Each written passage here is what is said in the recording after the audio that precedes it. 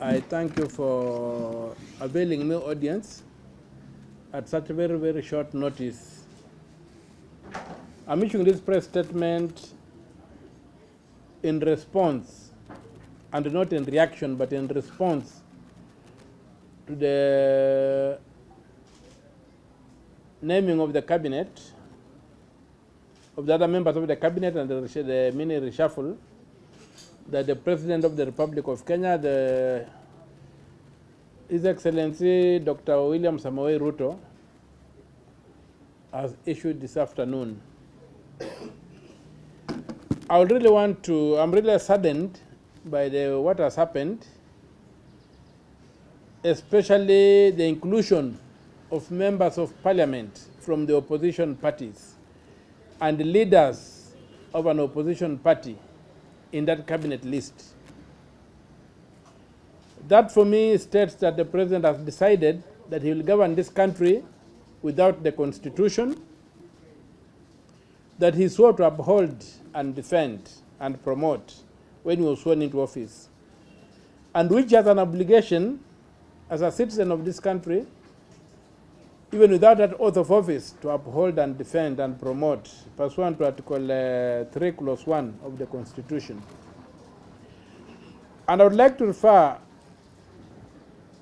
the country to Article 129 of the Constitution, which states categorically, 129 Clause 1 and 2, state categorically that executive authority derives from the people of Kenya and shall be exercised in accordance with this Constitution.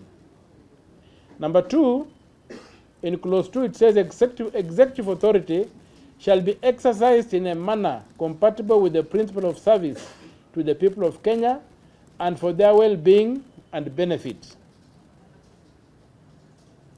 So I'm saddened that the last move of the president to include members of parliament from the opposition party ODM in his cabinet is totally insensitive to the economic times that we are living in, because it automatically occasions by-elections in those two constituencies, which was totally unnecessary, and that doesn't amount to a prudent use of public resources. Number 2, Article 4, Clause 1, defines Kenya as a multi-party democracy. A multi-party democracy which, under the Elections Act, allows for formation of coalitions which act as a political party and must function as a political party. And when people go to elections, they elect candidates and parties, especially a party running on a candidate running on a party or a party fielding candidates is bound by that requirement that Kenya is a multi-party democracy. There have to be procedures to be followed before elections and after elections that underpin that multi-party democracy character of the Republic of Kenya. And we saw when President Ruto first came into office, he began by buying off political party members to entice them across the divide, irrespective of the treaties that were in place or the agreements, and irrespective of the fact that the people of Kenya, when voting, expressed themselves categorically that they were electing these people to be on the side of those parties based on the manifestos those parties had sold to them. So under that principle of multi-party, Kenya being a multi-party democracy, it's not possible for an individual MP or a political party to just cross the floor after an election. That particular provision also does not give the president the power to set up what is calling a broad-based government. To set up a broad-based government is to violate Article 3, Clause 2, which says that any government set up or established contrary to the Constitution is null and void. And so the president, by deciding to establish a government, contrary to the principle, which is a founding principle, because the Article 4 defines the character of the Kenyan state. And by the president choosing not to honor that character, he has totally declared to us that he's going to govern this country without following the Constitution.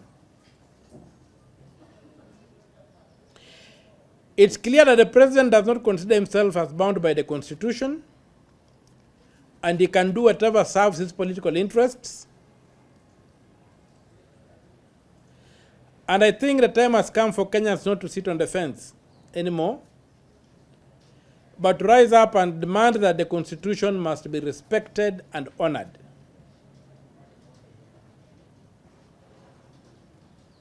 So, my statement is that the government the president has proposed to establish, the cabinet, is totally unconstitutional. Some of the considerations of giving people jobs because they are his former girlfriends, like he said about the Tuya'S.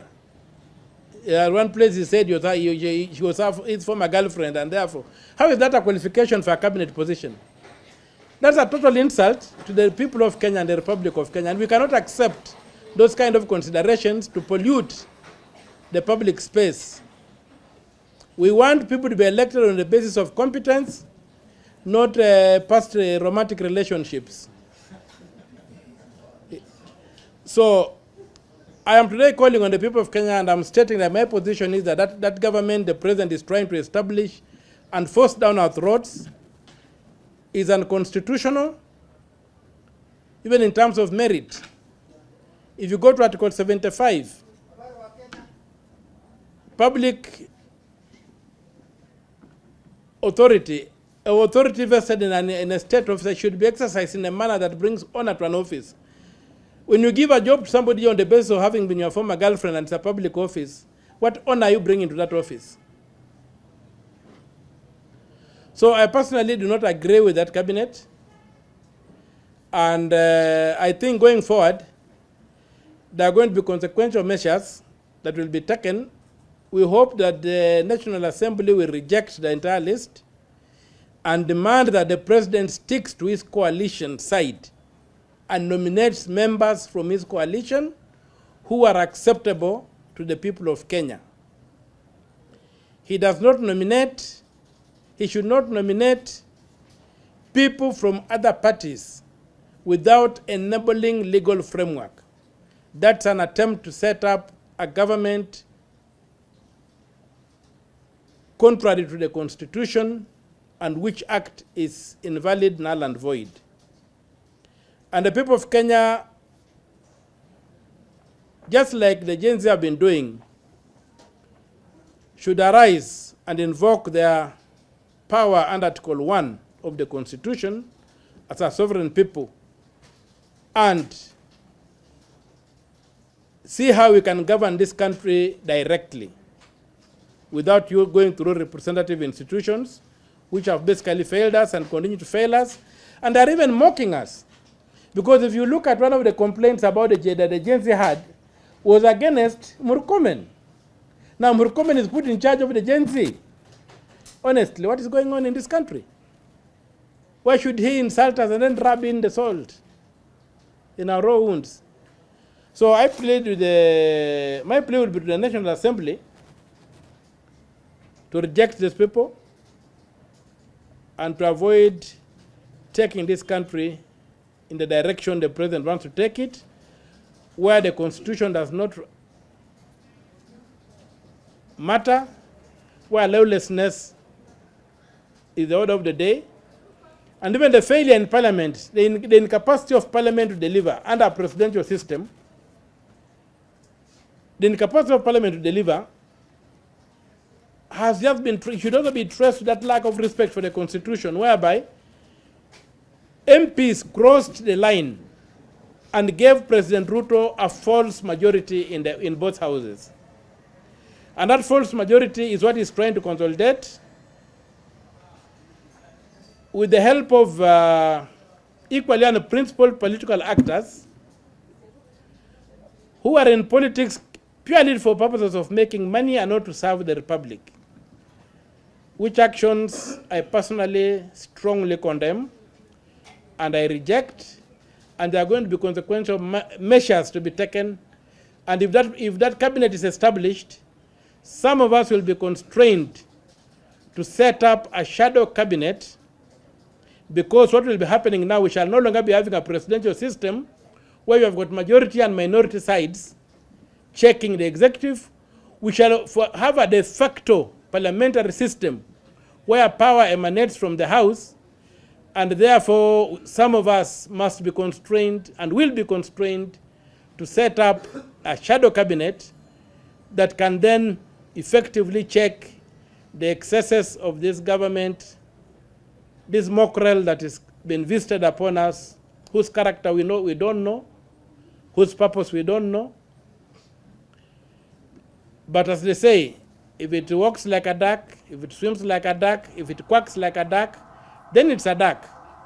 And given that litmus test or the smell test of reality, I'm left with no option but to say that this is a self-serving government that does not address at all the concerns that the Gen Z have been raising and have been driving them to the streets. In Kiswahili, we can say, I don't speak very good Kiswahili, but I've heard things like, kuruka makojo na kukanyaga mafi.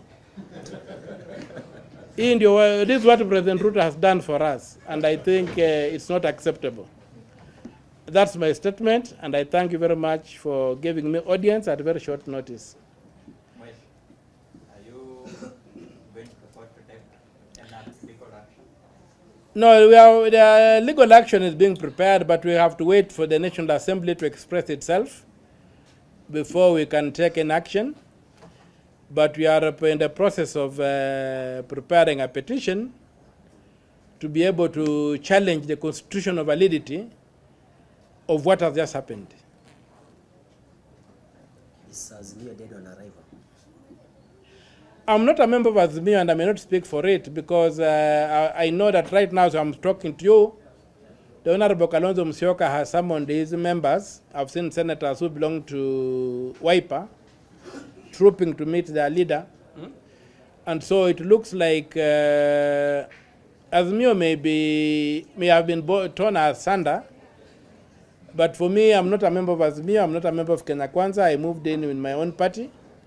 And it's within my party that I'm going to set up with like-minded Kenyans a shadow cabinet, because effectively we are now under a parliamentary system and not under a presidential system.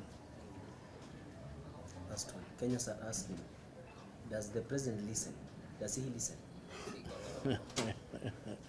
I don't know that.